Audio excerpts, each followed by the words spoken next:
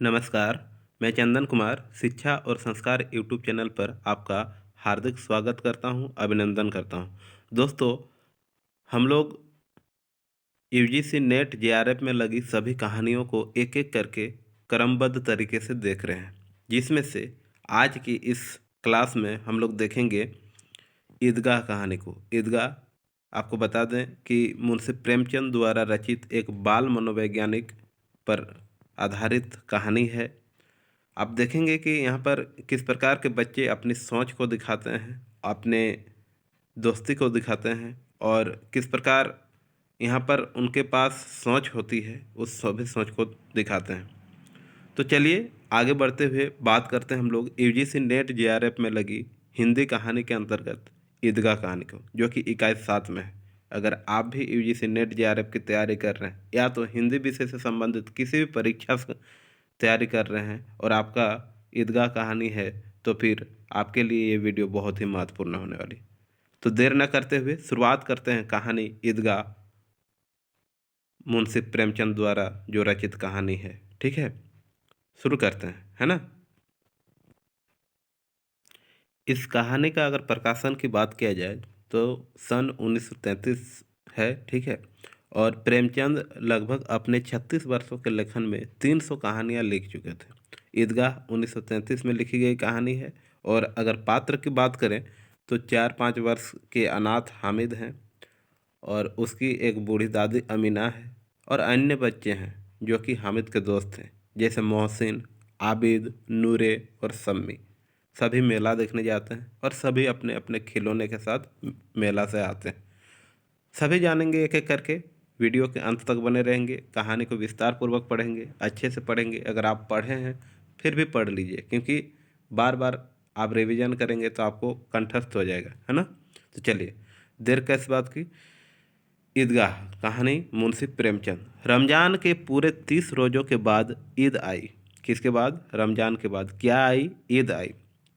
कितना मनोहर, कितना सुहावना प्रभाव है। वृक्षों पर अजीब हरियाली है, खेतों में कुछ अजीब रौनक है, आसमान पर कुछ अजीब लालिमा है। आज का सूर्य देखो कितना प्यारा, कितना शीतल है। यानी संसार को ईद की बधाई दे रहा है। गांव में कितनी हलचल है, ईदगाह जाने की तैयारियां हो रही है। किसी के कुर्ते में बटन नहीं है, पड़ोस के घर में सुई धागा लेने दौड़ा जा रहा है। किसी के जूते कड़े हो गए हैं, उनमें तेल डालने के लिए तेली के घर पर भागा जाता है। जल्दी जल्दी बैलों को सानी पानी दे दें, ईदगाह से लौटते लौटते दोपहर हो जाएगी। 3 कोस का पैदल रास्ता, फिर सैकड़ों आदमियों से मिलना भेंटना। दोपहर के पहले लौटना असंभव है। लड़के सबसे ज़्यादा प्रसन्न हैं। किसी ने एक रोज़ा रखा है, किसी ने एक रोज़ा रखा है, वह भी दोपहर तक। किसी ने वह भी नहीं, लेकिन ईदगाह जाने की खुशी उनके हिस्से की चीज़ है। रोज़े बड़े बूढ़ों के लिए होंगे, इनके लिए तो ईद है। रोज़ ईद का नाम रटते थे। आज वह आ गई। अब जल्दी पड़ी है कि लोग ईदगाह क्यों नहीं चलते। इन्हें गृहस्थी चिंताओं से क्या प्रयोजन। सेवैयों के लिए दूध और शक्कर घर में है या नहीं, इनकी बला से ये तो सेवैयाँ खाएंगे। वह क्या जाने कि अब्बा जान क्यों बदहवास चौधरी कायमवाली के घर दौड़े जा रहे हैं। उन्हें क्या खबर कि चौधरी आंखें बदल ले तो यह सारी ईद मुहर्रम हो जाए। उनकी अपनी जेबों में तो कुबेर का धन भरा हुआ है। बार बार जेब से अपना खजाना निकाल कर गिनते हैं और खुश होकर फिर रख लेते हैं। महमूद गिनता है, 1 2 10 12, उसके पास 12 पैसे हैं। मोहसिन के पास 1 2 3 8 9 15 पैसे हैं। इन्हीं अनगिनत पैसों में अनगिनती चीज़ें लाएंगे, खिलौने, मिठाइयाँ, बिगुल, गेंद और जाने क्या क्या। और सबसे ज़्यादा प्रसन्न है हामिद। वह 4-5 साल का गरीब सूरत दुबला पतला लड़का, जिसका बाप गत वर्ष हैजे की भेंट हो गया और माँ न जाने क्यों पीली होती होती एक दिन मर गई। किसी को पता क्या बीमारी है। कहती है, कहती तो कौन सुनने वाला था। दिल पर जो कुछ बीतती थी वह दिल में ही सहती थी, और जब न सहा गया तो संसार से विदा हो गई। अब हामिद अपनी बूढ़ी दादी अमीना की गोद में सोता है और उतना ही प्रसन्न है। उसके अब्बाजान रुपये कमाने गए हैं, बहुत सी थैलियाँ लेकर आएंगे। अम्मी जान अल्लाह मियाँ के घर से उसके लिए बड़ी अच्छी अच्छी चीज़ें लाने गई हैं, इसलिए हामिद प्रसन्न है, खुश है। आशा तो बड़ी चीज़ है। और फिर बच्चों की आशा, उनकी कल्पना तो राई का पर्वत बना लेती है। हामिद के पाँव में जूते नहीं हैं, सिर पर एक पुरानी धुरानी टोपी है जिसका गोटा काला पड़ गया है, फिर भी वह प्रसन्न है। जब उसके अब्बाजान थैलियाँ और अम्मी जान नियमतें लेकर आएंगी तो वह दिल से अरमान निकाल लेगा। तब देखेगा मोहसिन, नूरे और सम्मी कहाँ से उतने पैसे निकालेंगे। अभागिन आमिना अपनी कोठरी में बैठी रो रही है। आज ईद का दिन, उसके घर में दाना नहीं। आज आबिद होता तो क्या इसी तरह ईद आती और चली जाती। इस अंधकार और निराशा में वह डूबी जा रही है। किसने बुलाया था इस निगोड़ी ईद को। इस घर में उसका काम नहीं, लेकिन हामिद, उसे किसी के मरने जीने की क्या मतलब। उसके अंदर प्रकाश है, बाहर आशा है। विपत्ति अपना सारा दलबल लेकर आए, हामिद की आनंद भरी चितवन उसका विध्वंस कर देगी। हामिद भीतर जाकर दादी से कहता है, तुम डरना नहीं अम्मा, मैं सबसे पहले आऊँगा, बिल्कुल न डरना। अमीना का दिल कचोट रहा है। गांव के बच्चे अपने अपने बाप के साथ जा रहे हैं। हामिद का बाप अमीना के सिवा और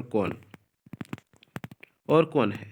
उसे कैसे अकेले मेले जाने दे। उस भीड़ भाड़ से बच्चा नहीं खो जाए तो क्या। नहीं, अमीना उसे यूं न जाने देगी। नन्ही सी जान 3 कोस चलेगा कैसे। पैर में छाले पड़ जाएंगे, जूते भी तो नहीं हैं। वह थोड़ी थोड़ी दूर पर उसे गोद में ले लेती, लेकिन यहाँ सेवैयाँ कौन पकाएगा। पैसे होते तो लौटते लौटते सब सामग्री जमा करके चटपटा बना लेती। यहाँ तो घंटों चीज़ें जमा करते लगेंगे। मांगे का ही तो भरोसा ठहरा। उस दिन फहीमन के कपड़े सिले थे।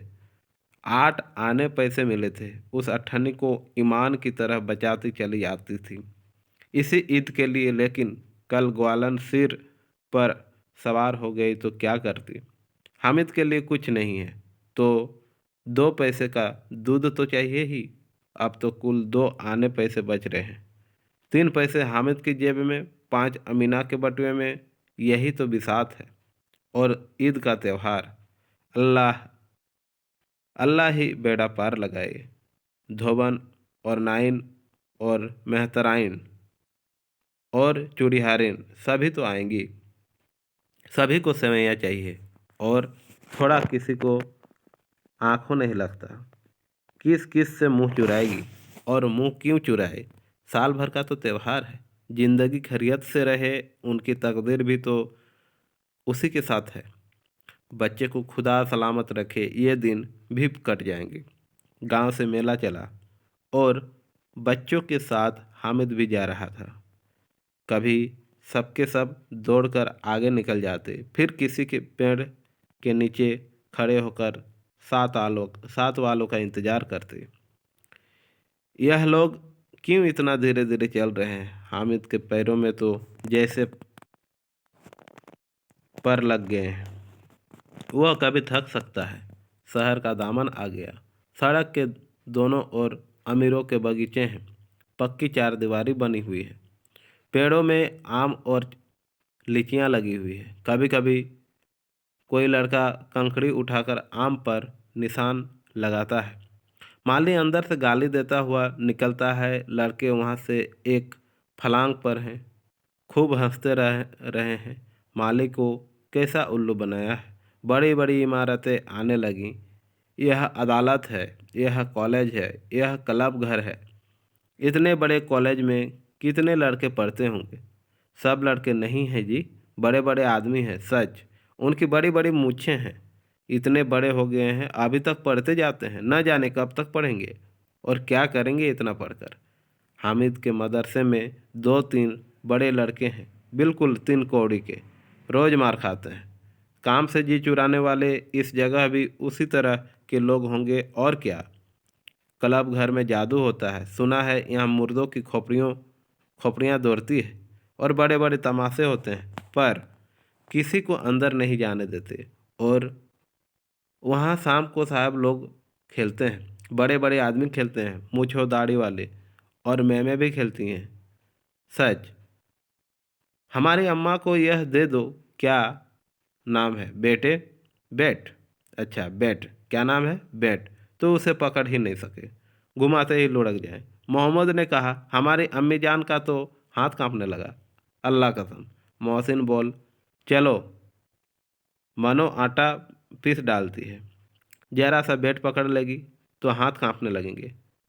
सैकड़ों घड़े सैकड़ों घड़े पानी रोज निकालती है, 5 घड़े तो मेरी भैंस पी जाती है।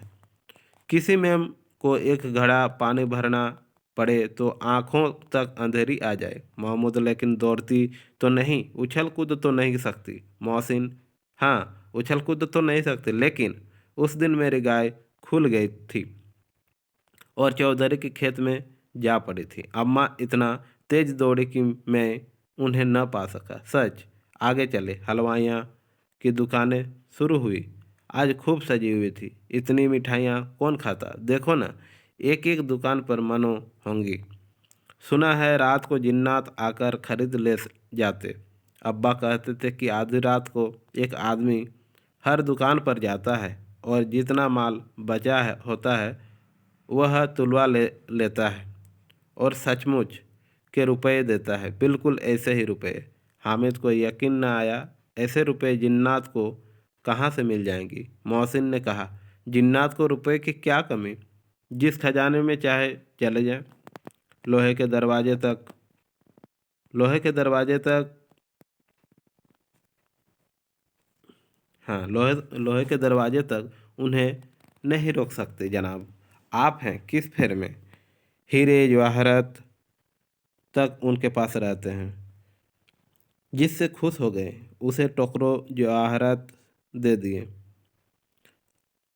अभी यहीं बैठे हैं, 5 मिनट में कलकत्ता पहुंच जाएं। हामिद ने फिर पूछा, जिन्नात बहुत बड़े बड़े होते हैं? मोहसिन, एक एक सिर आसमान के बराबर होता है जी। सभी आपस में बात कर रहे हैं, है ना।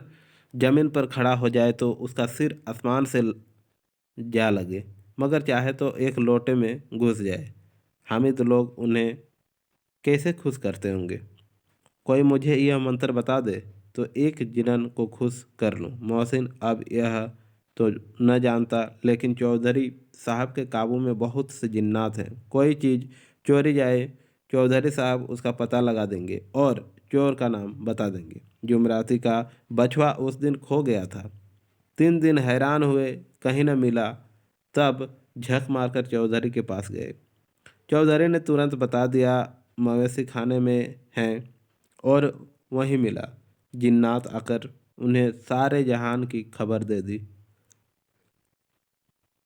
अब उसकी समझ में आ गया कि चौधरी के पास क्यों इतना धन है और क्यों इनका इतना सम्मान है। आगे चले। यह पुलिस लाइन है, यही सब कांस्टेबल कवायद करते हैं। रेटन, फाय फो, रात को बेचारे घूम घूम कर पहरा देते हैं, नहीं चोरियां हो जाए। मोहसिन ने प्रतिवाद किया, यह कांस्टेबल पहरा देते हैं? तभी तुम बहुत जानते हो अजी हजरत, यह चोरी करते हैं। शहर के जितने चोर डाकू हैं सब इनसे मोहल्ले में जाकर जाते रहो पुकारते हैं, तभी इन लोगों के पास इतने रुपए आते हैं। मेरे मामू एक थाने में कांस्टेबल हैं, 12 रुपया महीना पाते हैं, लेकिन 50 रुपये घर बेचते हैं।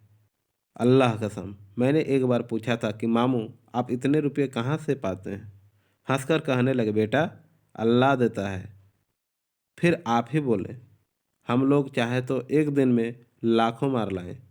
हम तो इतना ही लेते हैं जिसमें अपनी बदनामी न हो और नौकरी न चले जाए। हामिद ने पूछा, यह लोग चोरी करवाते हैं तो कोई इन्हें पकड़ता नहीं? मोहसिन उसकी नादानी पर दया दिखाकर बोला, अरे पागल, इन्हें कौन पकड़ेगा? पकड़ने वाले तो यह लोग खुद हैं, लेकिन अल्लाह इन्हें सजा भी खूब देता है। हराम का माल हराम में जाता है।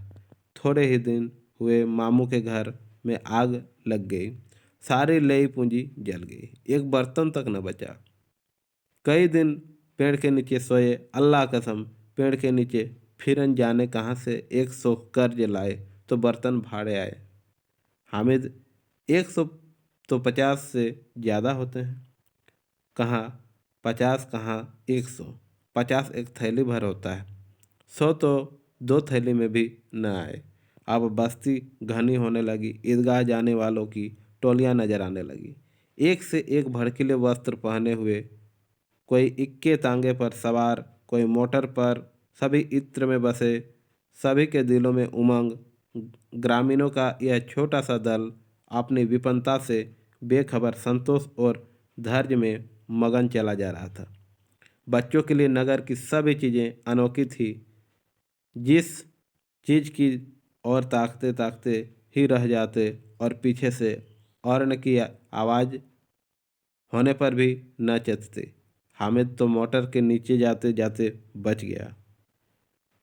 सहसा ईदगाह नजर आई। ऊपर इमली के घने वृक्षों की छाया है। नाचे पक्का फर्श है जिस पर बिछा हुआ है, और रोजेदारों की पंक्तियां एक के पीछे एक न जाने कहाँ वक्त चली गई हैं। पक्की जगत के नीचे तक जहाँ जाजम भी नहीं है। नए आने वाले आकर पीछे की कतार में खड़े हो जाते हैं। आगे जगह नहीं है। यहाँ कोई धन और पद नहीं देखता। इस्लाम की निगाह में सब बराबर हैं। इन ग्रामीणों ने भी वजू किया और पिछली पंक्ति में खड़े हो गए। कितना सुंदर संचालन है, कितनी सुंदर व्यवस्था। लाखों सिर एक साथ सिजदे में झुक जाते हैं, फिर सबके सब एक साथ खड़े हो जाते हैं। एक साथ झुकते हैं और एक साथ खड़े हो जाते हैं। एक साथ खड़े हो जाते हैं, एक साथ झुकते हैं और एक साथ खड़े हो जाते हैं। कई बार यही क्रिया दोहराते हैं और कई बार यही क्रिया होती है जैसे बिजली की लाखों बत्तियां एक साथ प्रदीप्त हो और एक साथ बुझ जाए, और यही क्रम चलता रहे। कितना अपूर्व दृश्य, जिसकी सामूहिक क्रियाएं विस्तार और अनंतता हृदय को श्रद्धा, गर्व, आत्मानंद से भर देती थी। मानव भ्रातृत्व का एक सूत्र इन समस्त आत्माओं को एक लड़ी में पिरोए हुए है। नमाज खत्म हो गई, लोग आपस में गले मिल रहे हैं, तब मिठाई और खिलौने की दुकान पर धावा होता है। ग्रामीणों का यह दल इस विषय में बालकों से कम उत्साही नहीं है। यह देखो, हिंडोला है, एक पैसा देकर चढ़ जाओ। कभी आसमान पर जाते हुए मालूम होंगे, कभी जमीन पर गिरते हुए। यह चरखी है, लकड़ी के हाथी, घोड़े, ऊंट छड़ों में लटके हुए हैं। एक पैसा देकर बैठ जाओ और 25 चक्रों का मजा लो। महमूद और मोहसिन और नूरे और समी इन घोड़ों और ऊँटों पर बैठते हैं। हामिद दूर खड़ा है। 3 ही पैसे तो उसके पास हैं। अपने कोष का 1/3 जरा सा चक्कर खाने के लिए नहीं दे सकता। सब चरखियाँ से उतरते हैं। अब खिलौने लेंगे। उधर दुकान की कतार लगी हुई है। तरह तरह के खिलौने हैं। सिपाही और गुजरिया, राज और वकी, भिश्ती और धोबी और साधु। वाह, कितने सुंदर खिलौने हैं। अब बोला ही चाहते हैं। महमूद सिपाही लेता है, खाकी वर्दी और लाल पगड़ी वाला, कंधे पर बंदूक रखे हुए। मालूम होता है अभी कवायद किए चला आ रहा है। मोहसिन को भिश्ती पसंद आया। कमर झुकी हुई है, ऊपर मशाक रखे हुए हैं। मशक का मुंह एक हाथ से पकड़े हुए हैं। कितना प्रसन्न है, शायद कोई गीत गा रहा है। बस मशक से पानी अड़ेला ही चाहता है। नूरे को वकील से प्रेम है, कैसी विद्वता है उसके मुख पर। काला चोगा, नीचे सफ़ेद अचकन, अचकन के सामने की जेब में घड़ी, सुनहरी जंजीर, एक हाथ में कानून का पोथा लिए हुए है। मालूम होता है अभी किसी अदालत से जिरह या बहस किए चले आ रहे हैं।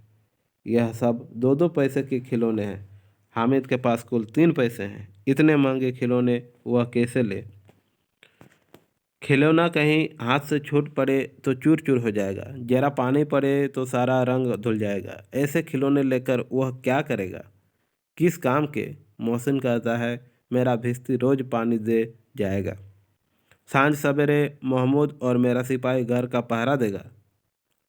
कोई चोर आएगा तो फौरन बंदूक से फायर कर देगा। नूरे और मेरा वकील खूब मुकदमा लड़ेगा। सम्मी और मेरी धोबी रोज कपड़े धोएंगी। हामिद खिलौने की निंदा करता है, मिट्टी ही के तो हैं, गिर तो चकनाचूर हो जाएंगे। लेकिन ललचाई हुई आंखों से खिलौने को देख रहा है और चाहता है कि जरा देर के लिए उन्हें हाथ में ले सकता। उसके हाथ अनायास ही लपकते हैं, लेकिन लड़के इतने त्यागी नहीं होते हैं, विशेषकर जब अभी नया शौक है। हामिद ललचता रह जाता है। खिलौने के बाद मिठाइयाँ आती है। किसी ने रेवड़ियाँ ली हैं, किसी ने गुलाब जामुन, किसी ने सोहन हलवा। मज़े से खा रहे हैं। हामिद बिरादरी से पृथक हैं। अभागे के पास 3 पैसे हैं, क्यों नहीं कुछ लेकर खाता? ललचाई आंखों से सबक और देखता है। मोहसिन कहता है, हामिद रेवड़ी लिए ले जा, कितनी खुशबूदार है। हामिद को संदेह हुआ ये केवल क्रूर विनोद है। मोहसिन इतना उदार नहीं है, लेकिन यह जानवर भी हैं। वह उसके पास जाता है। मोहसिन दोनों से एक रेवड़ी निकालकर हामिद की ओर बढ़ाता है। हामिद हाथ फैलाता है। मोहसिन रेवड़ी अपने मुंह में रख लेता है। मोहम्मद, नूरे और सम्मी खूब तालियां बजा बजा कर हंसते हैं। हामिद खिसिया जाता है। मोहसिन, अच्छा, आपकी ज़रूर देंगे हामिद, अल्लाह कसम, ले जा। हामिद, रखे रहो। क्या मेरे पास पैसे नहीं हैं? सम्मी, 3 ही पैसे तो हैं। 3 पैसे में क्या क्या लोगे? महमूद, हमसे गुलाब जामुन ले जाओ। हामिद, मोहसिन बदमाश है। हामिद, मिठाई कौन बड़ी नेमत है? किताब में इसकी कितनी बुराइयां लिखी हैं। मोहसिन, लेकिन दिन में कह रहे होगे कि मिले तो खा लेंगे। मतलब मोहसिन फिर उनको चिढ़ाते हुए कहता है कि अगर, लेकिन दिन में, दिन दिन नहीं, दिल में कह रहे होगे कि मिले तो खा लेंगे। अपने पैसे क्यों नहीं निकालते? महमूद इस समझते हैं इसकी चालाकी। जब हमारे सारे पैसे खर्च हो जाएंगे तो हमें ललचा ललचा कर खाएगा मिठाइयाँ। मिठाइयों के बाद कुछ दुकानें लोहे की चीज़ें की, कुछ गिलट और कुछ नकली गहनों की। लड़कों के लिए यहाँ कोई आकर्षण न था, वे सब आगे बढ़ जाते थे। हामिद लोहे की दुकान पर रुक जाता है। कई चिमटे रखे हुए थे। उसे ख्याल आया दादी के पास चिमटा नहीं है। तवे से रोटियां उतारती है तो हाथ जल जाता है। अगर वह चिमटा ले जाकर दादी को दे दे तो वह कितना प्रसन्न होंगी। फिर उनकी उंगलियां कभी न जलेगी। घर से एक काम की चीज़ हो जाएगी। खिलौने से क्या फ़ायदा? व्यर्थ में पैसा खराब होते हैं।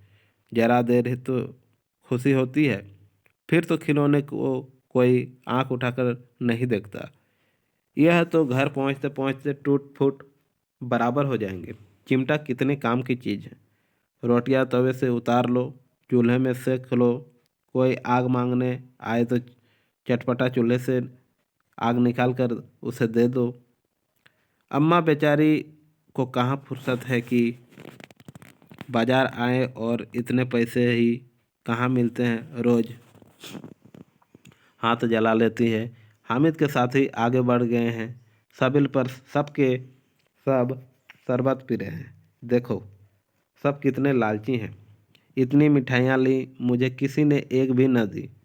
उस पर कहते हैं मेरे साथ खेलो, मेरा यह काम करो। अब अगर किसी ने कोई काम करने को कहा तो पूछूंगा। मिठाई मिठाइयाँ आप मुंह सड़ेगा,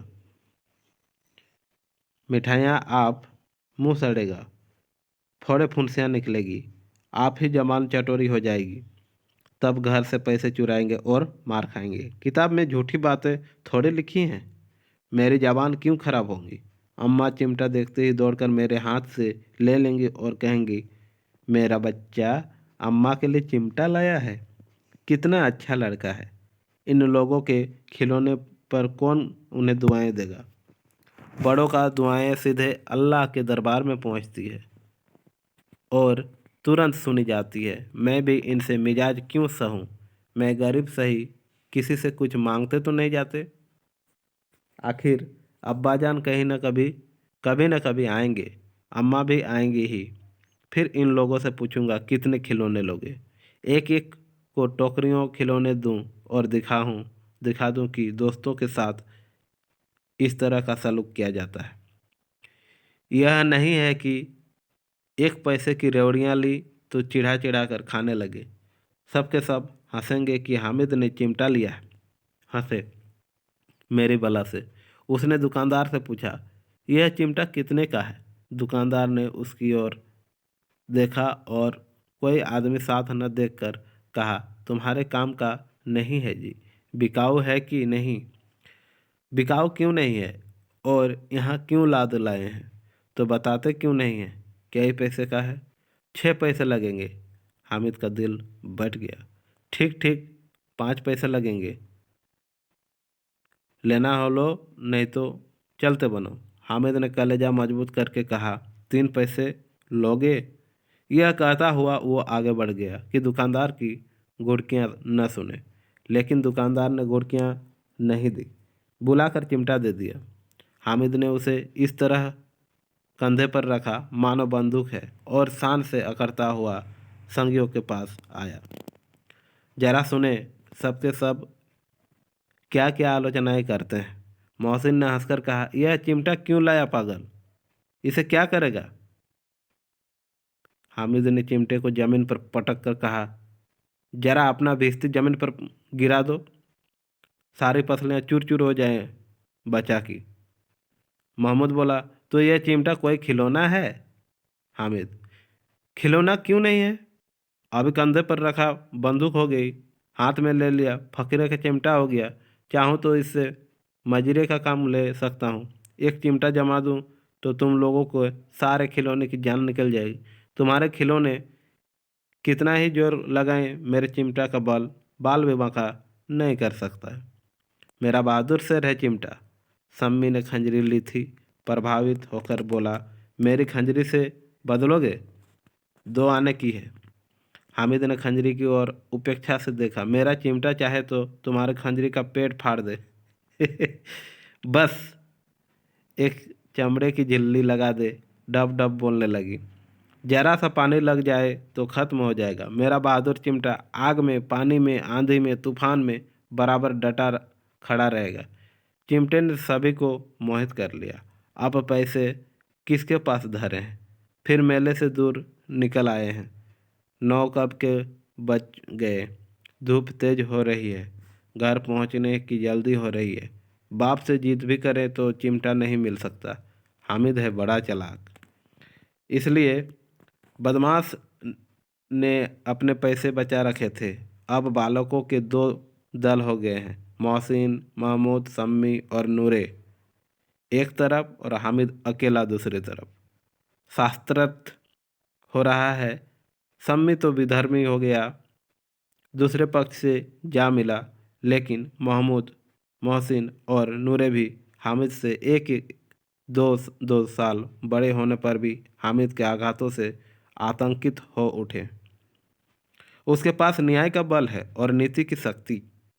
एक और मिट्टी है, दूसरी ओर लोहा, जो इस वक्त अपने को फौलाद कह रहा है। वह अजय है, वह अजय है, घातक है। अगर कोई शेर आ जाए, मियाँ भिश्ती के छक्के छोड़ जाए तो मियाँ सिपाही मिट्टी की बंदूक छोड़कर भागे, वकील साहब की नानी मर जाए, चोंगे में मुंह छिपाकर जमीन पर लेट जाए। मगर यह चिमटा बहुत बहादुर है, मगर यह चिमटा, यह बहादुर, यह रुस्तम हिंद लपक कर शेर की गर्दन पर सवार हो जाएगा। हाँ, चिमटा को क्या कहा उन्होंने? रुस्तम हिंद, है ना, लपक कर शेर की गर्दन पर सवार हो जाएगा और उसकी आंखें निकाल लेगा। मोहसिन ने एड़ी चोटी का जोर लगाकर कहा, अच्छा, पानी तो नहीं भर सकता ना? हामिद ने चिमटे को सीधा खड़ा करके कहा, भिश्ती को एक डांट बताएगा तो दौड़ा हुआ पानी लाकर उसके द्वार पर छिड़कने लगेगा। मोहसिन परास्त हो गया, पर महमूद ने कुमुक पहुंचाई, अगर बचा पकड़ जाए तो अदालम में बंदे बंदे फिरेंगे, तब तो वकील साहब के पैरों पड़ोगे। हामिद इस प्रबल तर्क का जवाब न दे सका। उसने पूछा, हमें पकड़ने कौन आएगा? नूरे ने अकड़ कर कहा, यह सिपाही बंदूक वाला। हामिद ने मुंह चिढ़ाकर कहा, यह बेचारे हम बहादुर रुस्तम हिंद को पकड़ेंगे? अच्छा, लाओ, अभी जरा कुश्ती हो जाए, इसकी सूरत देखकर दूर से भागेंगे। पकड़ेंगे क्या बेचारे? मोहसिन को एक नई चोट सूझ गई। तुम्हारे चिमटे का मुंह रोज आग में जलेगा। उसने समझा था कि हामिद लाजवाब हो जाएगा, लेकिन यह बात न हुई। हामिद ने तुरंत जवाब दिया, आग में बहादुर ही कूदते हैं, आग में बहादुर ही कूदते हैं जनाब। तुम्हारे यह वकील, सिपाही और भिश्ती लेडियों की तरह घर में घुस जाएंगे। आग में वह काम है जो यह रुस्तम हिंद ही कर सकता है। रुस्तम हिंद यानी उनका चिमटा। महमूद ने एक जोर लगाया, वकील साहब कुर्सी मेज पर बैठेंगे, तुम्हारा चिमटा तो बावर्ची खाने में जमीन पर पड़ा रहने के सिवा और क्या कर सकता है? इस तर्क ने समी और नूरे को भी सजी कर दिया। कितने ठिकाने की बात कही है पट्टे ने। चिमटा बावर्ची खाने में पड़ा रहने के सिवा और क्या कर सकता है? हामिद को कोई फड़कता हुआ जवाब न सूझा, तो उसने धांधली शुरू की, मेरा चिमटा बावर्ची खाने में नहीं रहेगा। वकील साहब कुर्सी पर बैठेंगे तो जाकर उन्हें जमीन पर पटक देगा और उनका कानून उनके पेट में डाल देगा। बात कुछ बनी नहीं। खाल गाली गलौज थी, लेकिन कानून को पेट में डालने वाले बात छा गई। ऐसी छा गई कि तीनों सुरमा मुंह ताकते रह गए, मानो कोई ढेलचा धेलचा कौन कौवा धेलचा कान कौवा किसी गंडे वाले कनकौवे को काट गया हो। कानून मुंह की तरह बाहर निकलने वाली चीज़ है, उसको पेट के अंदर डाल दिया जाना बेतुकी सी बात होने पर भी कुछ नयापन रखती है। हामिद ने मैदान मार लिया। उसका चिमटा रुस्तम हिंद है। अब उसमें मोहसिन, महमूद, नूरे, समी किसी को भी आपत्ति नहीं हो सकती। विजेता को हारने वालों से जो सत्कार मिलना स्वाभाविक है, वह हामिद को भी मिला। औरों ने 3-3, 4-4 आने पैसे खर्च किए, पर कोई काम की चीज़ न ली। हामिद ने 3 पैसे में रंग जमा लिया। सच ही तो है, खिलौने का क्या भरोसा, टूट फूट जाएंगी।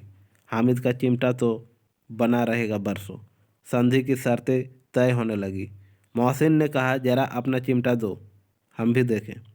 तुम हमार भिश्ती लेकर देखो। महमूद और नूरे ने भी अपने अपने खिलौने पेश किए। हामिद को इन शर्तों को मानने में कोई आपत्ति न थी। चिमटा बारी बारी से सबके हाथ में गया और उनके खिलौने बारी बारी से हामिद के हाथ में आए। कितने खूबसूरत खिलौने हैं। हामिद ने हारने वालों के आंसू पोंछे, मैं तुम्हें चिढ़ा रहा था सच। यह चिमटा भला इन खिलौनों की क्या बराबर करेगा?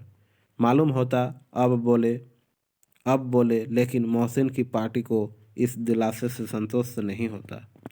चिमटे का सिलका खूब बैठ गया है। चिपका हुआ टिकट अब पानी से नहीं छूट रहा। मोहसिन, लेकिन इन खिलौनों के लिए कोई हमें दुआ तो न देगा? महमूद, दुआ को लिए फिरते हो? उल्टे मार न पड़े। अम्मा ज़रूर कहेंगी कि मेले में यही मिट्टी के खिलौने मिले। हामिद को स्वीकार करना पड़ा कि खिलौनों को देखकर किसी की माँ इतनी खुश न होंगी जितनी दादी चिमटे को देखकर होंगी। 3 पैसों ही में तो उसे सब कुछ करना था। अब उन पैसों के इस उपायों पर पछतावे की बिल्कुल ज़रूरत न थी। फिर अब तो चिमटा रुस्तम हिंद और सभी खिलौनों का बादशाह है। रास्ते में महमूद को भूख लगी। उसके बाप ने केले खाने को दिए। महमूद ने केवल हामिद को साझी बनाया। उसके अन्य मित्र मुंह ताकते रह गए। यह उस चिमटे का प्रसाद था। 11 बजे गांव में हलचल मच गई। मेले वाले आ गए। मोहसिन की छोटी बहन दौड़कर भिश्ती उसके हाथ से छीन लिया और मारे खुशी के जा उछली तो मियाँ भिश्ती नीचे आ रहे और सुरलोक सिधारे। इस पर भाई बहन में मारपीट हुई। दोनों खूब रहे। उसकी अम्मा यह स्वर सुनकर बिगड़ी और दोनों को ऊपर से 2-2 चांटे और लगाए। मियाँ नूरे के वकील का अंत उनके प्रतिष्ठानुकूल इससे ज़्यादा गौरवमय हुआ। वकील जमीन पर या ताक पर हो नहीं बैठ सकता। उसकी मर्यादा का विचार तो करना ही होगा। दीवार में खूंटियाँ गाड़ी गई। उन पर लकड़ी का एक पटरा रखा गया। पटरे पर कागज का कालीन बिदाया गया। वकील साहब राजा भोज की भांति सिंहासन पर विराजे। नूरे ने उन्हें पंखा झलना शुरू किया। अदालतों में खर की टटियाँ और बिजली के पंखे रहते हैं। क्या यह मामूली पंखा भी न हो? कानून की गर्मी दिमाग पर चढ़ जाएगी कि नहीं?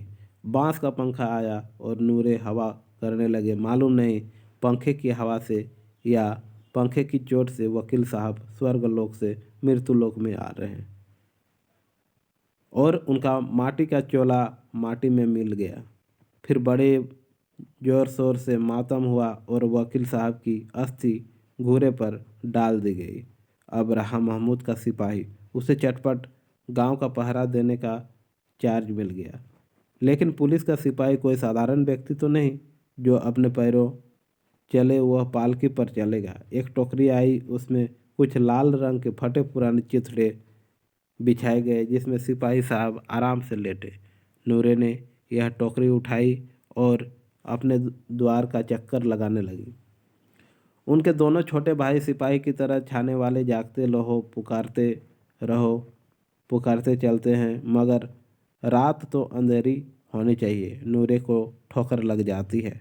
टोकरी उसके हाथ से छूटकर गिर पड़ती है और मियाँ सिपाही अपनी बंदूक लिए ज़मीन पर आ जाते हैं और उनकी एक टांग में विकार आ जाता है। महमूद को आज ज्ञात हुआ कि वह अच्छा डॉक्टर है। उसको ऐसा मरहम मिल गया है जिससे वह टूटी टांग को आनन फानन जोड़ सकता है। केवल गूलर का दूध चाहिए। गूलर का दूध आता, टांग जवाब दे देती। शल्य क्रिया असफल हुई तब उसकी दूसरी टांग भी तोड़ दी गई जाती है। अब कम से कम एक जगह आराम से बैठ तो सकता है। एक टांग से तो न चल सकता था न बैठ सकता था। अब वह सिपाही सन्यास हो गया। अपनी जगह पर बैठा बैठा पहरा देता है। कभी कभी देवता भी बन जाता है। उसके सिर का झालदार साफा खुरच दिया गया है। अब उसका जितना रूपांतरण चाहो कर सकते हो। कभी कभी तो उससे बाट का काम भी लिया जाता है। अब मियाँ हामिद का हाल सुनिए। अमीना उसकी आवाज़ सुनते ही दौड़ी और उसे गोद में उठाकर प्यार करने लगी। सहसा उसके हाथ में चिमटा देखकर वह चौंकी। यह चिमटा कहाँ था?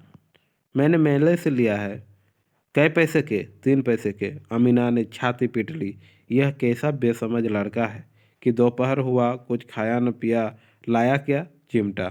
सारे मेले में तुझे और कोई चीज़ न मिली जो यह लोहे का चिमटा उठा लाया? हामिद ने अपराधी भाव से कहा।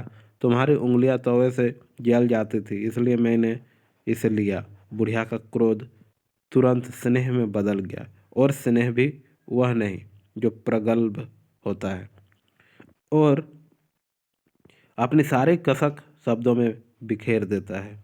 यह मूक स्नेह था, खूब ठोस, रस और स्वाद से भरा हुआ। बच्चे में कितना व्याग, कितना सद्भाव और कितना विवेक है। दूसरों को खिलौने लेते और मिठाई खाते देखकर इसका मन कितना ललचाया होगा। इतना जब्त इससे हुआ कैसे? वहाँ भी इसे अपनी बुढ़िया दादी की याद बनी रही। अमीना का मन गदगद हो गया। और अब एक बड़ी विचित्र बात हुई। हामिद के इस चिमटे से भी विचित्र। बच्चे हामिद ने बूढ़े हामिद का पार्ट खेला था।